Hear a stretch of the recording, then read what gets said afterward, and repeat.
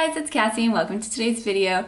Today's video is all about baby-led weaning, how to get started with baby-led weaning, some tools that you need to do baby-led weaning, and some good foods that you can give your 6-month-old when you start baby-led weaning. So if this topic is of interest to you, then just keep on watching. So first things first, I'll provide you with a little bit of a summary of what exactly baby-led weaning is. So baby-led weaning is the idea that when you introduce solids to a baby, that you don't need to start with baby cereal, purees, or anything like that, that you can just start giving them regular foods that you would eat yourself, with some exceptions. You're still going to introduce foods one at a time to check for allergic reactions. So it's baby-led weaning because the trend originated in the UK, and in the UK, weaning means the introduction of solids. To those of us in Canada and the US, when we hear weaning, we think of like no longer breastfeeding, no longer formula feeding. That is not at all the case. When your baby is in the 6 to 9 month age range, breast milk and formula should still be their primary source of nutrition. So we chose to do baby-led weaning because to us, the benefits were greater than pureed feeding. Baby gets to explore tastes and textures independently. They get to learn to recognize their own hunger cues. They get to, be a part of family meals, and I didn't have to sit there and spoon feed. So that is why we decided to do baby-led weaning. Now, baby-led weaning can be really intimidating, and I totally get that, which is why I'm here with today's video. How do I start baby-led weaning? So there are a few requirements before you can begin baby-led weaning. The number one rule about baby-led weaning is that your baby must be at least 6 months of age and displaying 3 signs of readiness. Do not begin baby-led weaning earlier than 6 months. If you do decide to introduce solids earlier than 6 months, then you start with purees. The 3 signs of readiness are: your baby displays an interest in food. So if you're eating something, their mouth is maybe gravitating towards the food. They're trying to grab the food out of your hand. The second sign of readiness is that they have lost the tongue thrust. When babies are born, if you put something in their mouth, their tongue automatically thrusts it out. It is a protection measure so they don't choke. So once that is gone. And the third sign of readiness is that your baby is able to sit up independently. Once your baby has displayed those 3 signs of readiness and they're 6 months old, you're ready to begin baby-led weaning. So I know one of the scariest part of baby-led weaning is choking. Parents are afraid that their babies will choke on finger foods, and that's totally normal. And the reason why this fear is out there is because a lot of parents mistake gagging for choking. So babies are born with a really strong gag reflex. If a food that is too large to go down their throat ends up there, they gag in order to lodge that food forward.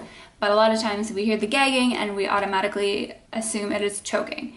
Choking is usually silent. Baby tends to look a little bit panicked. They start turning blue, whereas gagging, they're coughing, they're making noise. Very obvious that they're breathing.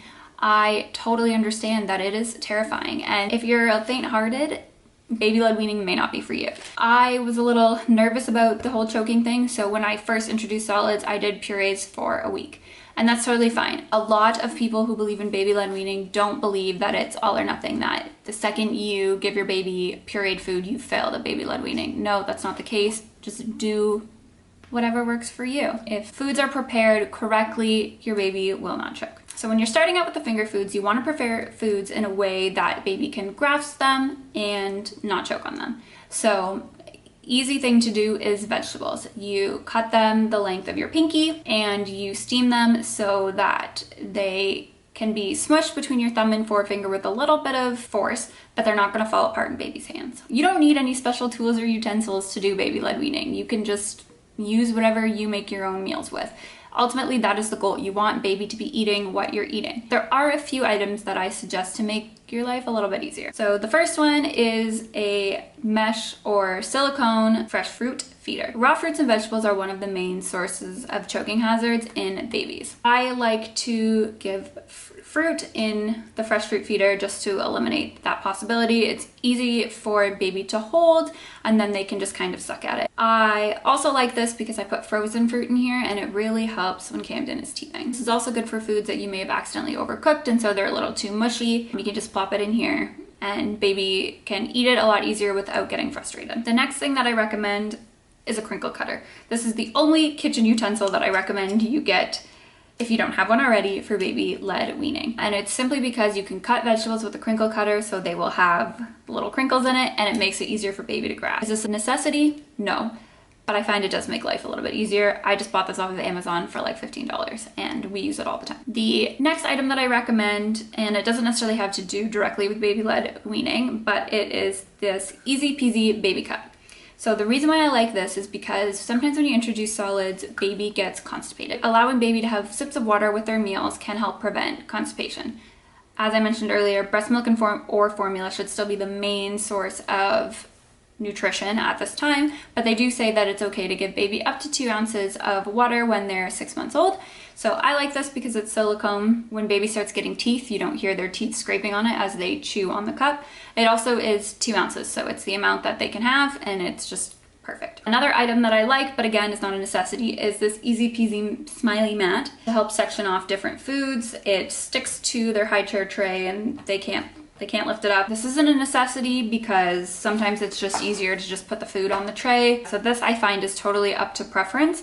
We like using it, even though Camden's food ends up everywhere anyways, but we just like want him to learn how to like grab from a plate. Again, not a necessity. And then the final thing is a baby-led weaning book. So this is the book that I chose to use. It's Baby-Led Feeding by Jenna Helwig. I found this one extremely helpful because it talks a little bit about what is baby-led feeding, why is it popular. It talks about choking versus gagging, how to start, what to start with, feeding suggestions. Like, this is such a great resource. But the main reason why I really like this is because there's chapters on food ideas for baby's first bites and they're 6 months, and then heartier foods for when they're a little bit older. So this is a great resource, and we've tried pretty much every single meal in this book. Baby-led weaning is, I think, sounds a lot scarier than it actually is. It's pretty easy just to get started. If you're not sure what to start with, grab a book like this and just go through the list of, you know, vegetables that you're gonna try, fruits you're gonna try. Another thing is that they do recommend that you introduce allergens earlier in a baby's life rather than later, especially if there's a history of a family allergy.